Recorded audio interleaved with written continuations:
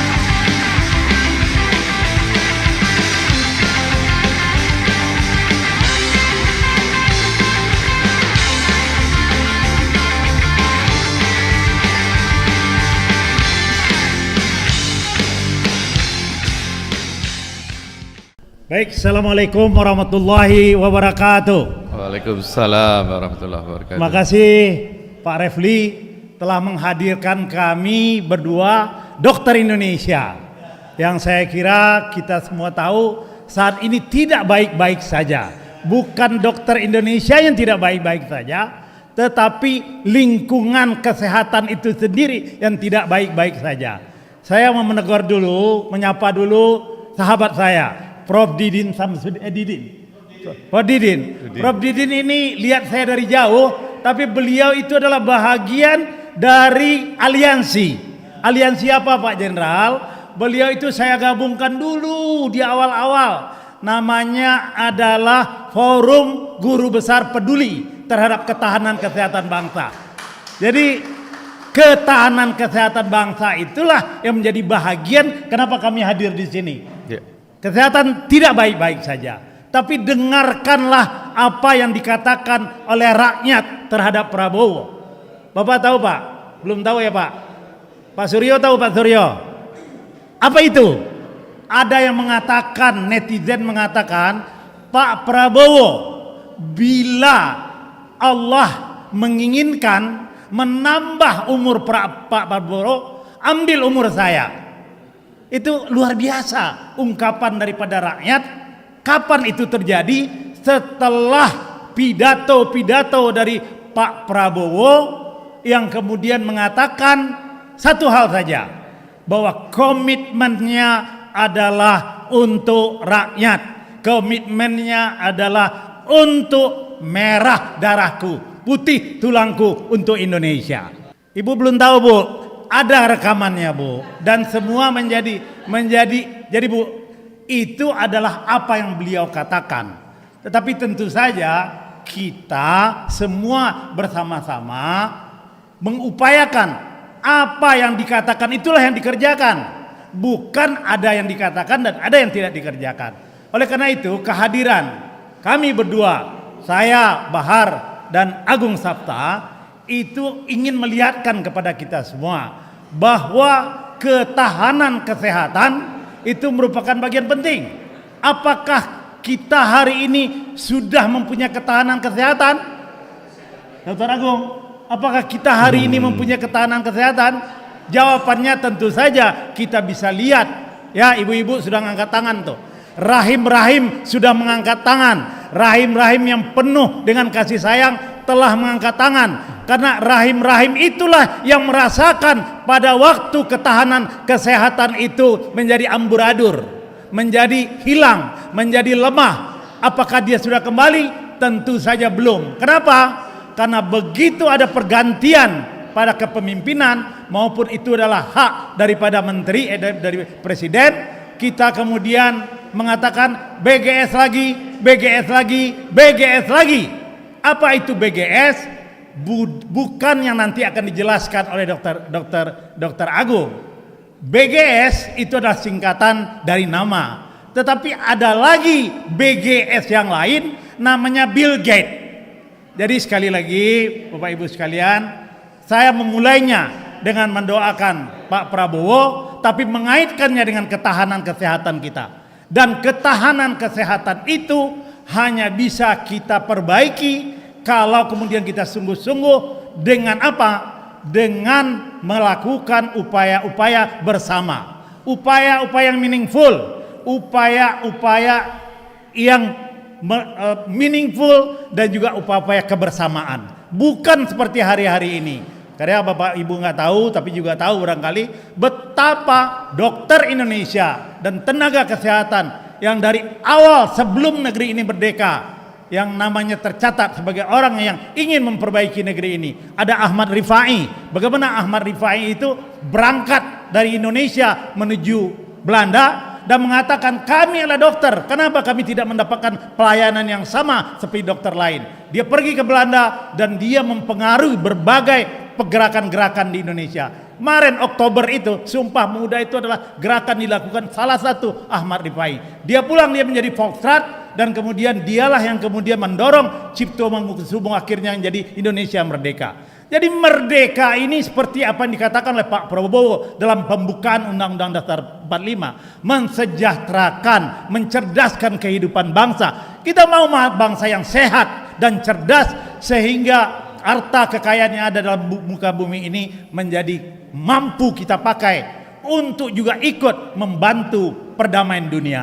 Bapak Ibu sekalian, saya lihat Bapak-Bapak Ibu terpesona sama saya.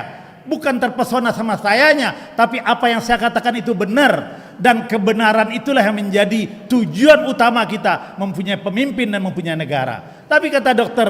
Agung, waktu beliau datang ke sini, waktu itu saya juga diundang sama Refli, cuman saya ada di Bali pada waktu itu. Jadi kami ini adalah kelompok-kelompok manusia yang menjadi dokter dengan sadar bahwa kami menjadi dokter untuk bangsa ini. Kami menjadi dokter untuk keselamatan negeri ini.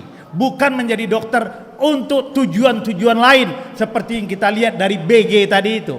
Nah, BG itu nanti diuraikan bagaimana hegemoni, bagaimana upaya-upaya industrialisasi. Dan tadi dikatakan tadi industrialisasi itu adalah kata kuncinya, dan mereka ingin saudara-saudaraku sekalian menghisap negeri ini sampai kering dan makan sampai habis. Dan yang mereka belum lakukan adalah kesehatan. Oleh karena itu kesehatan dirusak dengan istilahnya Agung melakukan upaya-upaya assassination, ngerusak ikatan dokter, ngerusak dan yang lain. Saya kira kesempatan pada Agung, karena memang ini anak muda, tetapi anak muda yang kemudian tidak jauh daripada jalan-jalan kita semua, yaitu jalan adab, jalan ilmu, dan jalan amal untuk kepentingan negeri ini. Silakan Mas Agung. Ya, Dr. Bahar di sini aja, Dr. Bahar ini. Ya, Assalamualaikum warahmatullahi wabarakatuh. Bapak Ibu sekalian, berapa waktu yang lalu kata orang apa yang saya sampaikan itu viral. Beberapa waktu yang lalu dikatakan kalau konspirasi itu pasti akan laris manis, akan viral seperti itu. Tapi sesungguhnya yang ingin saya sampaikan adalah ketika 10 tahun yang lalu kira-kira itu mungkin masih berupa konspirasi. Tapi apa yang saya sampaikan dan sekarang terjadi itu benar-benar ada. Jadi Bapak Ibu sekalian, kondisi kita yang terancam ini bukan seperti halnya ekonomi yang dikuasai oleh asing. Tadi yang disampaikan oleh Prof bahwa menteri kita, Menteri Keuangan ini adalah titipan seperti itu.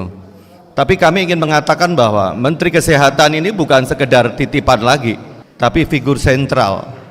Bahkan dalam tulisan saya yang terakhir yang hari ini saya buat, sistem kapitalisme ini sudah sampai mengakar dan berupa kuda Troya. Saya katakan kuda Troya itu seperti apa? Mitologi Yunani. Kuda Troya itu dia masuk merangsek ke dalam dan merusak dari pusat pemerintahan seperti ini. Jadi yang kita hadapi sekarang bukan masalah musuh yang ada di luar, tetapi ada figur sentral yang jelas-jelas dia dalam kekuasaan dan punya power, dan maaf, Pak Prabowo pun tidak sanggup untuk menolak seperti itu. Ada apa dengan dia sebenarnya? Saya ingin sampaikan bahwa agenda global ini lebih bahaya dibandingkan dengan sekedar maaf Pak Jokowi atau Fufu Fafa. Mengapa?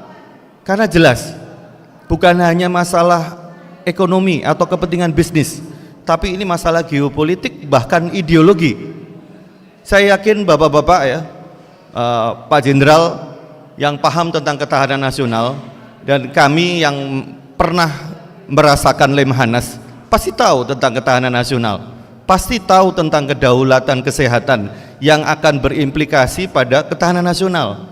Begitulah yang sekarang terjadi, bukan konspirasi lagi, tapi sedang terjadi, merangsek dengan leluasa. Karena apa? Karena kuda Troya tadi.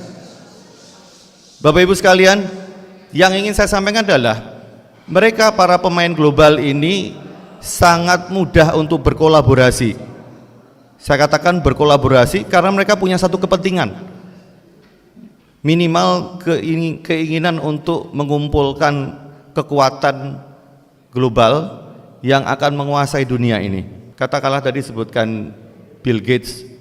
Bill Gates ini kan suka menyumbang, iya, tetapi kenyataannya setelah saya pelajari, dan saya bilang tadi bahwa ini bukan sekedar konspirasi, karena kalau kita buka di Google ya, kita buka semua media-media dan sebagainya, dengan jelas-jelas dia punya prinsip bahwa sosial itu bagi dia, bagi Bill Gates itu adalah jalan untuk meraih kesuksesan secara bisnis. Dia menyimpan banyak saham di perusahaan-perusahaan yang berhubungan dengan kesehatan, dan mereka secara bisnis itu bisa melakukan apapun, bisa membuat obat sesuai yang dibutuhkan, bisa membuat, bahkan bisa membuat penyakit seperti yang dia inginkan. Jadi sekali lagi saya ingin katakan bahwa senjata yang paling berat nanti ini bukan masalah senjata militer, tetapi senjata genomik. Apa genomik itu? Ketika kita diambil darahnya atau diambil sampel darah kita atau tubuh kita, kemudian diidentifikasi, bahkan identifikasi ini bisa berupa dalam suatu populasi. Misalnya katakanlah Indonesia pun bisa diperkecil, suku Jawa, Sumatera dan sebagainya. Maka kita bisa menentukan bahwa masing-masing suku, masing-masing populasi ini memiliki keanekaragaman yang benar-benar spesifik. Coba bayangkan, andaikan kemudian mereka ingin membuat suatu penyakit yang mungkin tidak mematikan, tapi membuat rogoh kita bolong, keuangan kita habis, sumber daya manusia, sumber daya alam akan habis. Karena apa? Karena kesehatan ini sudah mulai diakuisisi oleh kapitalisme global. Mereka melakukan yang namanya imperialisme modern, tidak dengan militer lagi, seperti itu. Jadi Bapak Ibu sekalian, kalau pernah dengar Pak Menteri BGS ya, Budi Gunadi Sadikin mengatakan bahwa akan memberikan hadiah ulang tahun. Bagi mereka yang ulang tahun akan diambil sampel darah, kemudian diperiksa, screening. Terus terang ingin saya katakan bahwa beberapa waktu yang lalu dia ingin melakukan hal yang seperti itu dalam proyek yang lain tentunya. Tapi karena gagal, karena kita keburu tahu bahwa ternyata mereka itu ingin menjual data. Jadi dalam Undang-Undang Kesehatan 17 tahun 2023 ada 2 pasal minimal.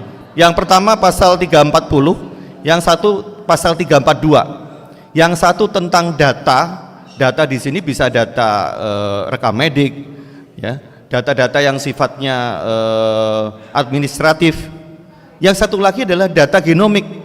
Keduanya ini dalam Undang-Undang Kesehatan itu bisa ditransfer ke luar negeri. Dan kalau kita lihat bahwa perkembangan Pak BGS ya, Budi Gunadi Sadikin bersahabat dengan Bill Gates, bersahabat dengan East Venture, tahu bahwa sebenarnya mereka itu mau berbisnis kalau ada apa? Ada datanya. Jadi yang mereka butuhkan adalah data. Kalau mereka memberikan donasi sumbangan untuk kesehatan di Indonesia itu sebenarnya hanya alat untuk apa? Agar memperoleh data. Kalau data tadi, dan ini adalah data big data yang sangat besar sekali manfaatnya, maka kemudian perusahaan farmasi, perusahaan teknologi kesehatan, ya, itu bahkan asuransi itu bisa melakukan profit yang sangat presisi sekali. Kenapa? Karena ini mereka manfaatkan untuk memetakan apa kebutuhan manusia Indonesia. Dan bahkan ada pihak-pihak tertentu yang sanggup atau dengan saya katakan kasarnya adalah mampu melakukan rekayasa secara genomik. Nah, inilah yang sebenarnya bagi kita bangsa Indonesia, kita tidak sedang dijajah sepertinya. Tapi sekarang ini kuda Troya itu sudah masuk ke dalam wilayah kita. Dan mau nggak mau kita harus aware, kita harus perhatian banget. Dan tidak mungkin para dokter ini berjuang sendirian. Karena apa? Dokter sendiri sudah dipecah belah. Ada strategi. Saya tulis dalam sebuah buku ya, yang intinya itu adalah Pak Menteri ini bukan orang yang bodoh tentang kesehatan. Tidak. Pak Menteri ini memang pintar karena dia seorang ahli investasi. Itu yang dicari, itu yang dipilih. Jadi bukan berarti dia tidak mengerti tentang kesehatan. Tidak, justru dia ingin melakukan sebuah perlawanan seperti yang dilakukan oleh kekuatan global, yaitu menguasai kesehatan dari sisi ekonomi. Seperti itu. Itu Dr. Bahar. Ya, jadi Bapak Ibu sekalian, dan saya kira ini bukan hanya didengarkan di sini. Ini Refli ini didengarkan di mana-mana, bahwa poin yang kita ingin sampaikan yang sudah bertahun-tahun sebetulnya pada waktu rancangan undang-undang kesehatan itu dibuat, kita telah menyampaikan dalam bentuk-bentuk tulisan akademis, di mana guru-guru besar juga ikut mendukung, sudah menyampaikan juga kepada pemerintah pada waktu itu. Tapi kan sekarang suasananya berbeda.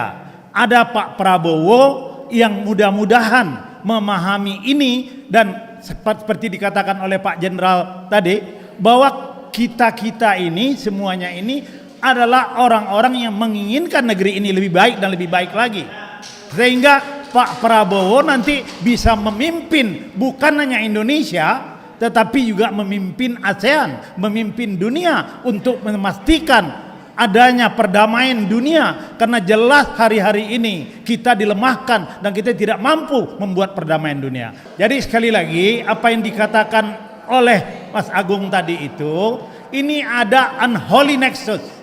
Pak Jenderal tahu betul unholy nexus.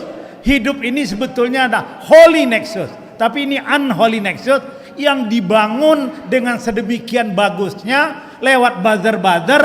Setiap apa yang dikatakan oleh Agung, kemudian dikatakan oleh siapapun yang menginginkan kebaikan, maka itu ditutup oleh buzzer-buzzer yang luar biasa, yang tentu saja itu juga memakai uang-uang pajak kita, dan kita tidak tahu. Tapi lain daripada itu, yang ingin saya sampaikan adalah apa sih yang dibutuhkan oleh rakyat ini Pak Prabowo? Yang dibutuhkan oleh rakyat ini Pak Prabowo adalah, saya selalu mengulang-ulang nih Pak Refli, adalah apa yang dikatakan oleh ibu, yang dikatakan oleh perempuan yang namanya Kartini. Apa katanya dia?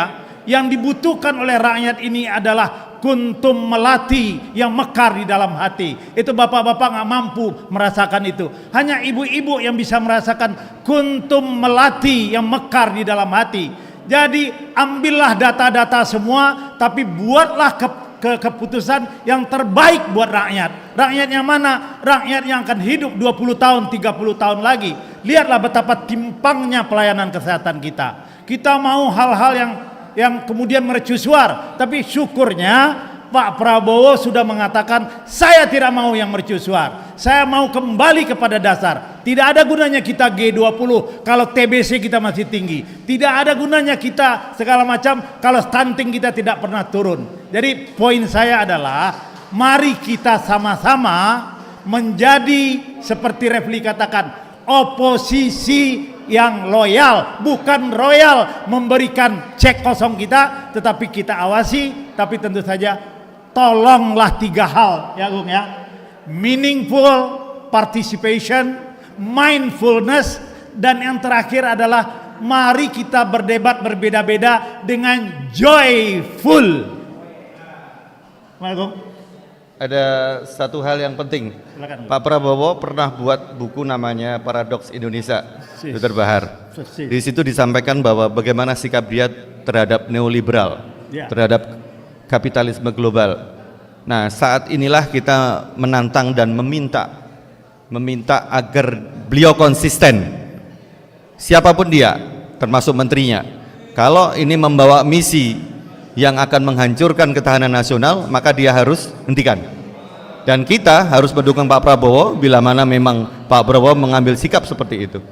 Ya, jadi sekali lagi Pak Refli, kita hadir di sini adalah untuk siap untuk melakukan pembicaraan-pembicaraan mendalam, berdialog, berdiskusi untuk membuat negeri ini lebih baik. Dan dengan siapa? Dengan siapapun yang saat ini merasa bisa tapi tidak bisa merasa.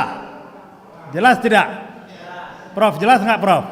Banyak yang merasa bisa memimpin tapi tidak merasa bisa, tapi tidak bisa merasakan. Merasakan apa?